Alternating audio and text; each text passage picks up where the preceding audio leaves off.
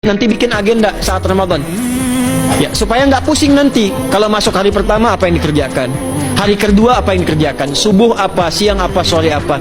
Cuman nanti saya berikan 3 yang pokok ini. Ada 3. 1, meningkatkan sholat. Saya ulang ya, meningkatkan apa? Sholat. Kalau meningkat secara singkatnya berarti bertambah dari yang sekedar fardu tambah dengan apa? Sunnah. Maka dari sekarang keluarkan semua jenis sholat-sholat sunnah. Keluarkan dari sekarang apa saja, siang dan malamnya. Yang rawatib, ada berapa rawatib?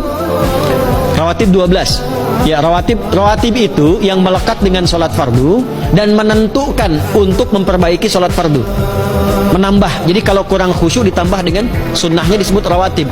Bisa sebelum, bisa setelah sholat fardu. Ada 12 dari hadis Nabi sallallahu alaihi wasallam. Man shalla isnatai asyrata raka'atan, siapa yang sholat 12 rakaat fi yaumin wa lailatin, yang mengiringi sholat fardu siang dan malam, ya, bunyalahu bihinna baitun fil jannah, maka akan dibangunkan baginya satu rumah di surga kalau konsisten menunaikan 12 itu sampai meninggal dunia. Sahabat yang mendengar itu mengatakan kompak semuanya, sejak mendengar hadis itu kami usahakan istiqomah sampai meninggal tidak meninggalkannya.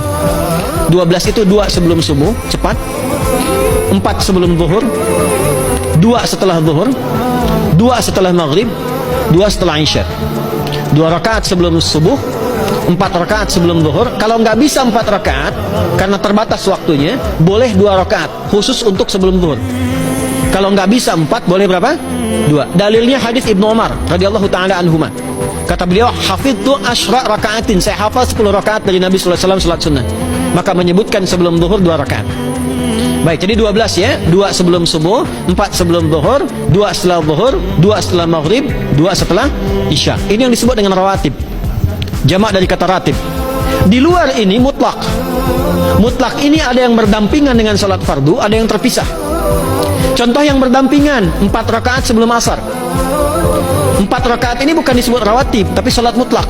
Cuma waktunya berdampingan dengan salat fardu. Jadi dia nggak memengaruhi salat fardu, cuma punya keutamaan sendiri.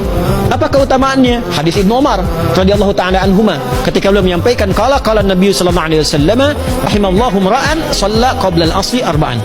Allah akan menambahkan rahmat pada orang yang terbiasa salat 4 rakaat sunnah sebelum salat asar. Jelas ya? Baik. Kemudian apalagi setelah itu? Salat di antara adzan dan iqamah. Ya, di antara adzan dan iqamah. Tahiyatul masjid. Apalagi misalnya salat duha. Duha dibagi 3. Awal duha itu kurang lebih 1,5 jam setelah salat subuh. Subuh sekarang misal 4:30, maka jam 6 muncul awal duha. Namanya syuruk. Saya ulang, salat apa namanya? Syuruk itu salat awal duha. Jumlah rakaatnya 2 rakaat.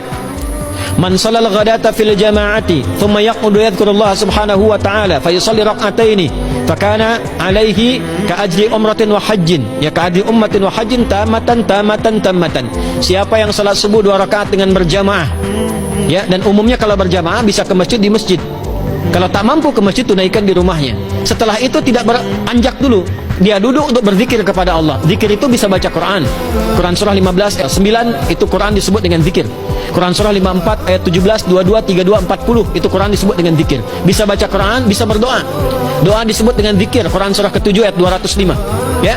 Bisa dengan apa lagi? Bertafakur, ya, mengaji, ta'lim, itu disebut dengan zikir. Ali Imran ayat 190 191. Alladzina yadhkuruna Allaha qiyaman wa qu'udan wa 'ala junubihim wa yatafakkaruna fi khalqis samawati wal ard. Ya, disebut dengan zikir.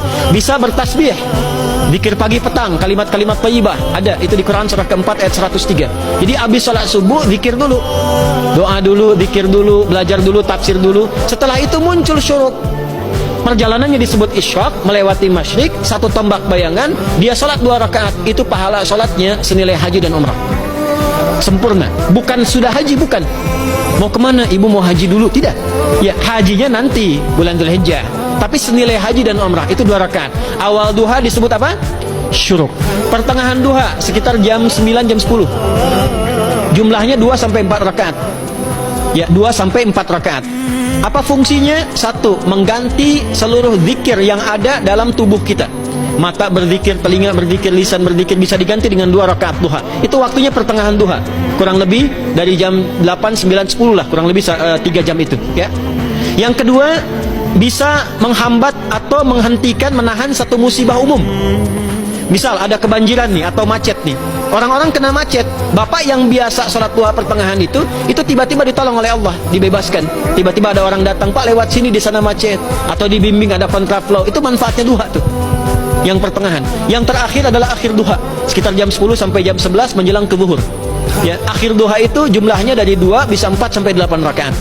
Di antara manfaatnya bisa mempermudah datangnya rizki dengan izin Allah Subhanahu wa taala ketika ikhtiar. Itu duha. Nanti ke malamnya silahkan tahajud, tingkatkan tarawihnya sampai ditutup dengan witir.